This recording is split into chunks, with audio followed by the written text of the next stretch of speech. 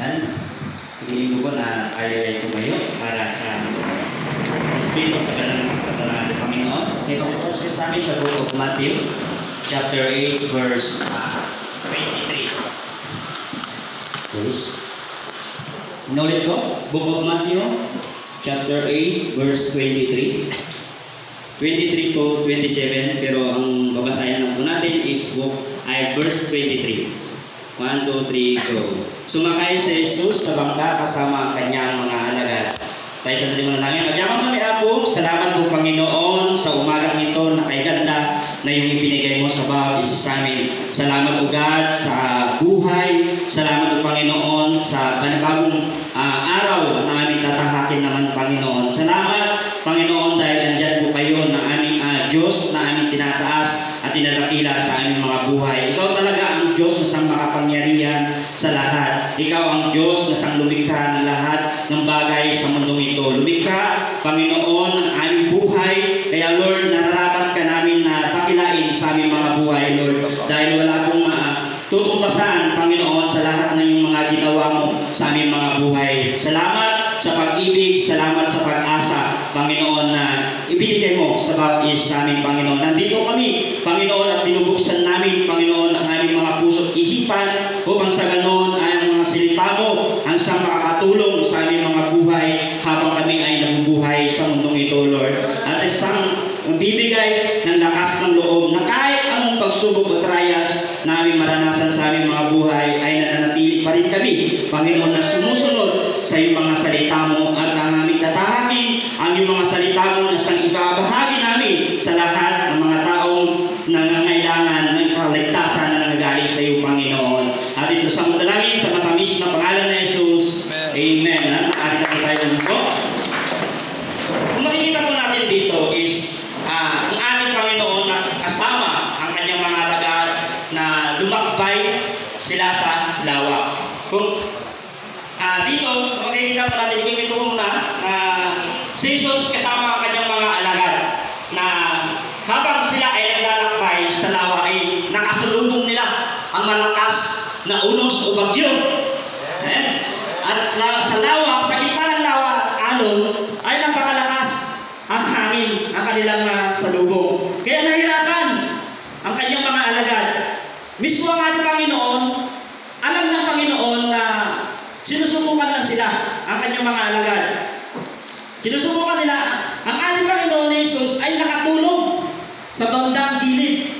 Alam po na natin na 100% na tao si Jesus Christ at 100% din na God siya.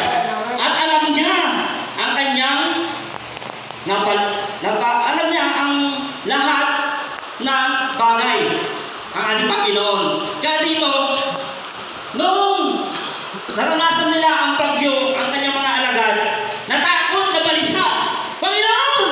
Panginoon! Gising ba kayo? Ligtas mo kami! Nanangangalit na tayo, Panginoon! Lulubog na ang barko! Bangka pala. Barko. Bangka!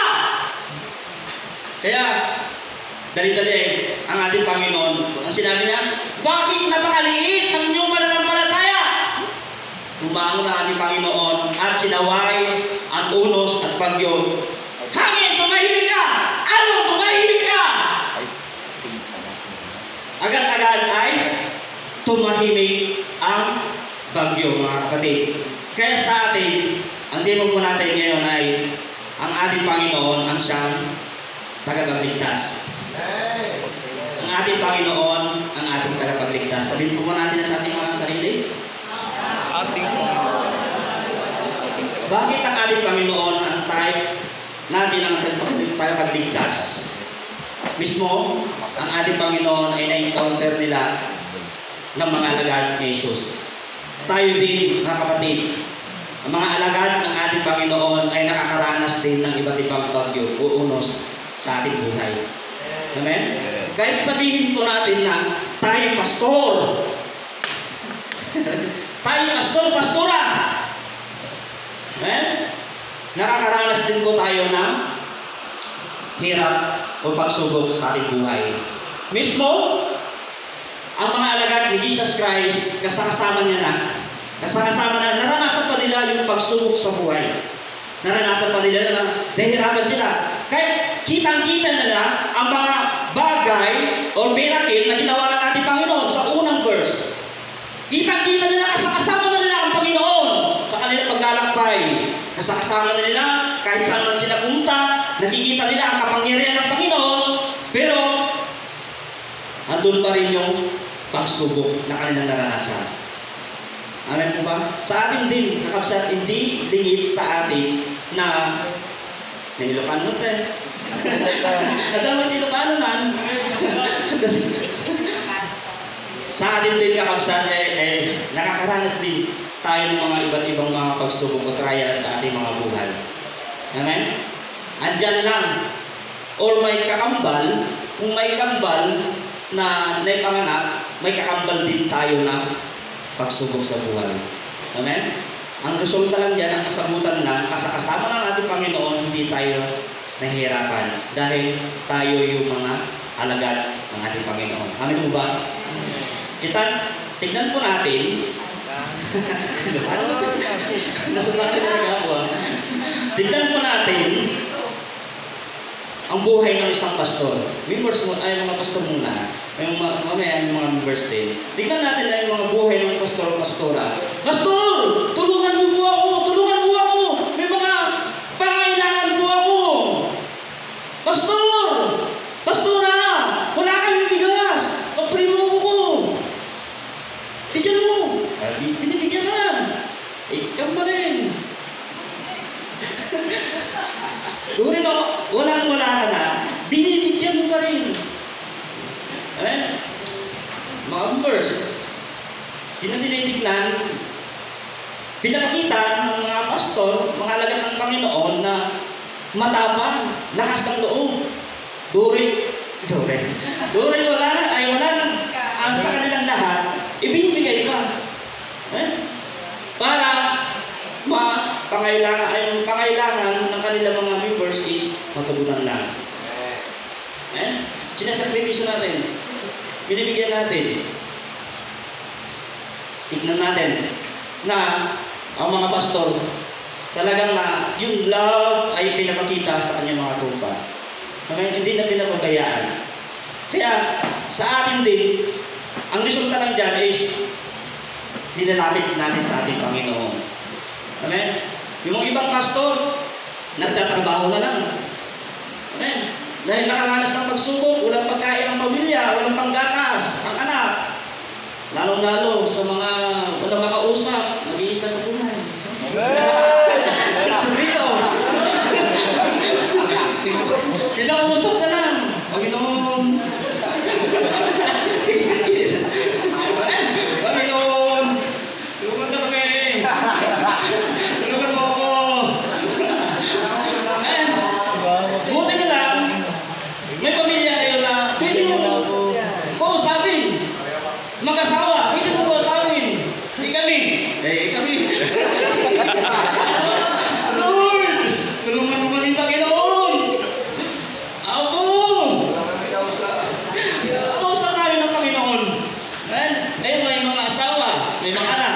Pwede niyo lapitan. Pero mas lalapitan po natin ang ating Panginoon. Dahil dito, na ginawa nila na mga alagad niya is ginising ating Panginoon. Panginoon! Panginoon! Jesus! Umangaw si Jesus. Gulat na gulat si Jesus. Ibig nga, agmurumuray kayo kayo. Agmurumuray. Yan nga. Baka tulog kayo ma. Nirindalutan din mga tagatnan. Masama nga dyan. Ang ating Panginoon is, alam ko talaga, alam niya ang ginagawa niya. Umangon siya, ipinakita na yung love, ipinakita niya gaano siya tulong sa kanyang mga alagad. Amen? Sa atin din, ang kailangan po natin ay lumalapit tayo sa ating Panginoon. Una ay lumalapit tayo sa ating Panginoon. Amen? Dahil siya lang po ang siyang makakasagot sa ating mga problema o pagsubok sa buhay. Kahit na sinasabi natin na matapang tayo. Amen? May kahinaan din tayo. Kaya yung pag mga pastor is, hindi ko naman nila lahat is, nagtatrabaho sila. I mean, hindi naman bawal na magtrabaho. Pero napababayaan yung church. Amen? Dahil sa hirap ng buhay, sinasakripiso, pamilya, magtrabaho sila. Alam mo ba?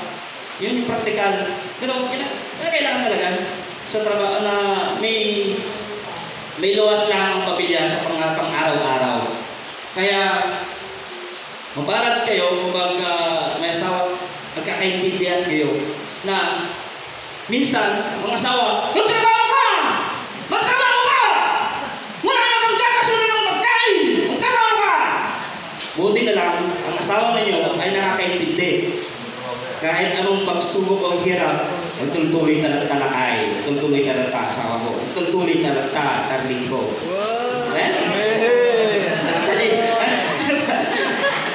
Tuloy pa rin tayo, asawa ko, sa paglilingkod sa ating Panginoon. Sinasabi mo natin. Alam mo ba, nandun yung pagtutulungan ninyo. Sa amin, mga single, Lord, alam mo, ano ko na eh. Panginoon.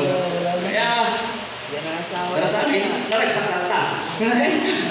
Kahit basit man, may blessing na maalami, yung kontento kami.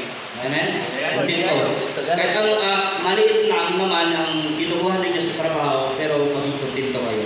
Amen? Sa paglilingkod sa Panginoon, kahit kunting that gift, pero tuloy pa rin ang tuloy pa rin tayo sa pagsasunod sa ating Panginoon. Tuloy pa rin tayo. Amen?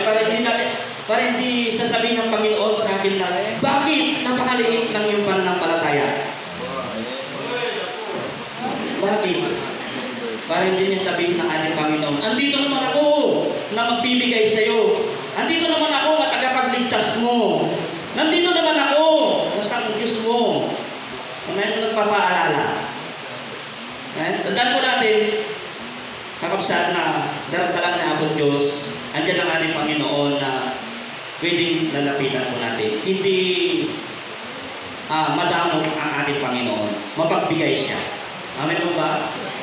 Lahat ng ating pangailangan. Kaya dito ay nang nasakutan na ang kanilang mga pagsubok sa buhay, ang kanyang mga alagad, na mismo na-encounter nila ang Panginoon na yung nakita nilang bagyo at lawa at unos ay pinatigil ng Panginoon. Kaya dito tayo nabigyan ng kasagutan na mangha ang mga alagad ng ating Panginoon. Kaya sa atin, kahit kunting bagay na binigyan tayo ng kasagutan ng ating Panginoon, praise the Lord. Salamat Panginoon. Amen? Magpasalamat tayo sa ating Panginoon. Amen? Dahil nasagutan ang mga pagsubok sa buhay. Nasagutan ang mga pangailangan natin sa buhay. Amen? Pasalamat tayo sa ating Panginoon. Amen? Hindi natin kakalimutan ng magpasalamat sa ating Panginoon. Sinabi niya sa Kawikaan, chapter 29, verse 25, huwag mong ikabahala ang sinasabi ng iba. Magtiwala ka kay Yahweh. Amen? Mali ka nga at kabahala. Huwag kang mangangamba. Amen? Andyan ang ating Panginoon. Basta magtiwala tayo sa ating Panginoon. Amen po ba? Kaya hanggang doon lang po, tayo tumatag tayo. Amen.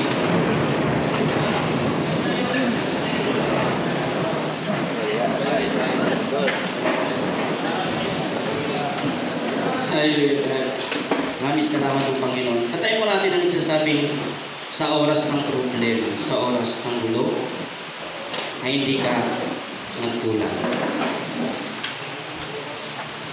Yes, hallelujah. Praise the name of God.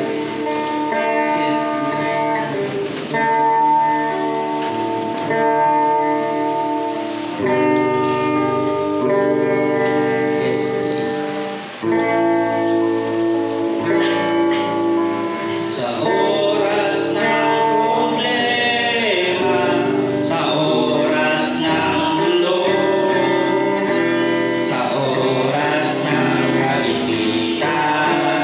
Hindi mo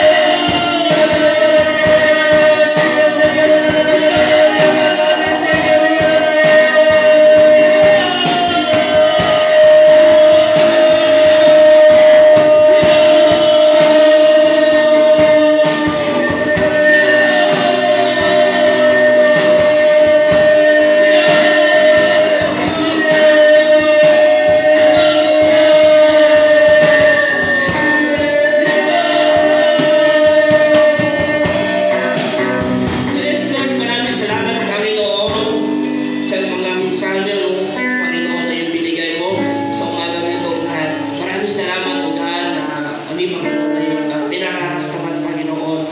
Salamat, O God, na Ikaw ang aming Diyos na siyang makapangyarihan sa niya. Ito na sa mga namin, sa matamis na pangalan ni Jesus. Amen.